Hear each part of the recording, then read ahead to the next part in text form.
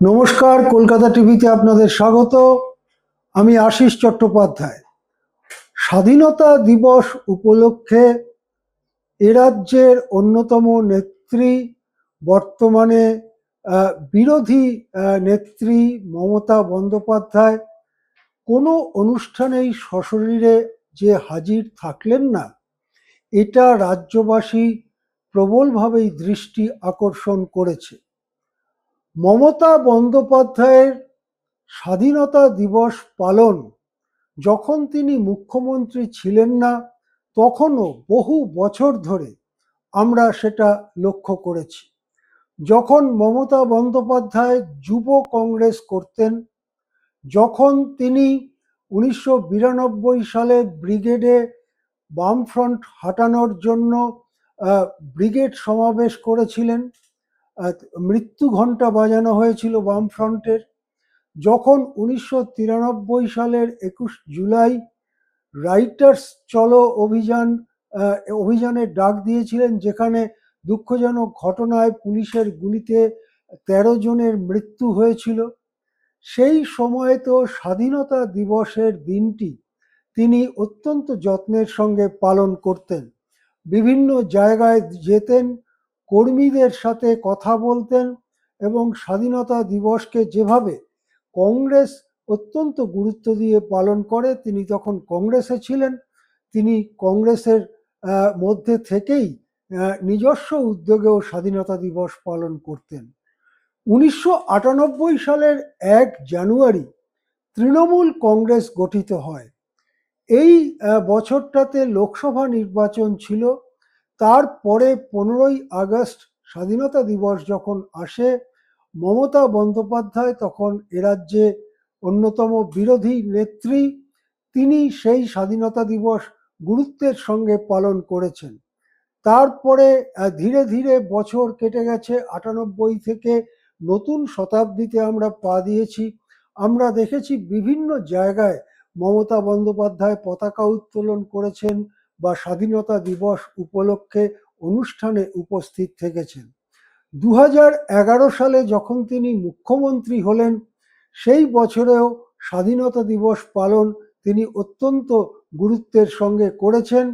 বিগত কয়েক বছর ধরে তিনি পার্থ চট্টোপাধ্যায়ের যে এলাকা ছিল বেহালা পশ্চিম, যেখান থেকে পার্থ চট্টোপাধ্যায় এমএলএ নির্বাচিত হয়েছিলেন, সেই জায়গায় ম্যান্টন বলে অঞ্চলে, সেখানে রাত 12টার সময় পতাকা উত্তোলন হতো।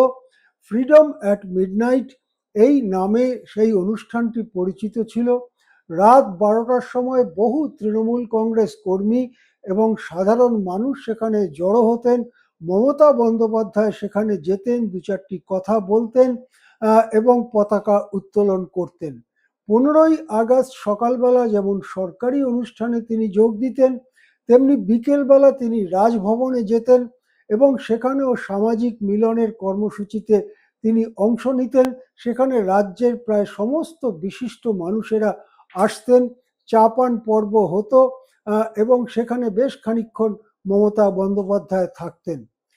তারপরে ধীরে ধীরে বছরগুলো কেটে গেছে। অবশেষে 2026 সালে, এর আগে অবশ্য আমি বলে নিতে চাই যে এমনকি যখন ঘোর কোভিড কাল চলছে, কোভিড আমল চলছে, লকডাউন চলছে, সেই পরিস্থিতিতেও মমতা বন্দ্যোপাধ্যায় স্বাধীনতা দিবস পালন করেছেন।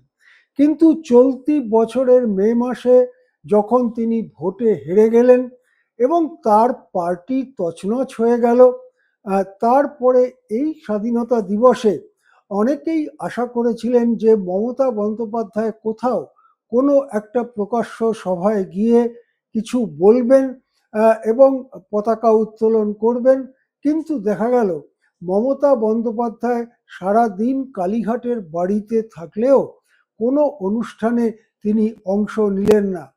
তার বাড়ির সামনে যে পতাকা উত্তোলন করা হলো, সেটা তৃণমূল কংগ্রেসের অধুনা কোষাধ্যক্ষ শুভাশিস চক্রবর্তী সেই পতাকা উত্তোলন করলেন। কয়েকজন কর্মী সেখানে ছিলেন। মমতা বন্দ্যোপাধ্যায় সমাজ মাধ্যমে একটি বার্তা দিয়েছেন, সেটা হচ্ছে এই: ভারতের স্বাধীনতা দিবসের প্রাক্কালে দেশ মাতৃকাকে আমার বিনম্র শ্রদ্ধা ও দেশবাসীকে জানাই আন্তরিক শুভেচ্ছা। জয় হিন্দ, বন্দে মাতরম। এই কথাটুকু তিনি লিখেছেন সমাজ মাধ্যমে, কিন্তু কোনো অনুষ্ঠানে প্রকাশ্যে অংশগ্রহণ করেননি। এখন প্রশ্ন উঠছে, মমতা বন্দ্যোপাধ্যায় কেন কোনো প্রকাশ্য অনুষ্ঠানে এলেন না বা বাড়ির বাইরে বেরোলেন না? এটা কি সেই ঘটনার একটা রেশ, যে ঘটনায় তিনি একজন তৃণমূল কর্মীর পুলিশ হেফাজতে মৃত্যুর খবর পেয়ে গিয়েছিলেন এবং তার গাড়ি আক্রান্ত হয়, সেই যে ঘটনা ঘটেছিল তার কি একটা রেশ চলছে? তিনি কি কিছু আশঙ্কা করছেন যে তিনি বেরোলে বা কোনো পাবলিক অনুষ্ঠানে গেলে তাকে আবার আক্রমণ করা হতে পারে? নাকি তিনি এই বার্তাটাই দিচ্ছেন যে আমার নিরাপত্তা মোটেই সুনিশ্চিত নয় এই রাজ্যে, এই বার্তাই তিনি নীরবে দিতে চাইছেন? সেটা কিন্তু পরিষ্কার নয়। কিন্তু এটা বলা যায়, প্রায় গত ৩৫ বছর ধরে আমরা মমতা বন্দ্যোপাধ্যায়কে দেখছি যে তিনি স্বাধীনতা দিবসের অনুষ্ঠান অত্যন্ত গুরুত্বের সঙ্গে পালন করেন। ৩৫ বছরের বেশি হবে, কেননা ১৯৮৪ সালে তিনি প্রথম যাদবপুর থেকে সাংসদ নির্বাচিত হয়েছিলেন। তারপর থেকেই ধারাবাহিকভাবে তিনি এই কাজ করছেন, প্রায় ৪০ বছর বলা যেতে পারে। এবারে কিন্তু একটা ব্যতিক্রমী দিন গেল মমতা বন্দ্যোপাধ্যায়ের জীবনে, যে সারা দেশে সারা রাজ্যে যেখানে স্বাধীনতা দিবস পালিত হচ্ছে, মমতা কিন্তু বাড়িতেই থাকলেন, শুধু সমাজ মাধ্যমে একটি বার্তা দিলেন। কেন? এই প্রসঙ্গে পরবর্তীকালে মমতা বন্দ্যোপাধ্যায় কিছু বলেন কিনা, তার জন্য আমরা অপেক্ষা করব। এখন এ পর্যন্তই। দেখতে থাকুন কলকাতা টিভি।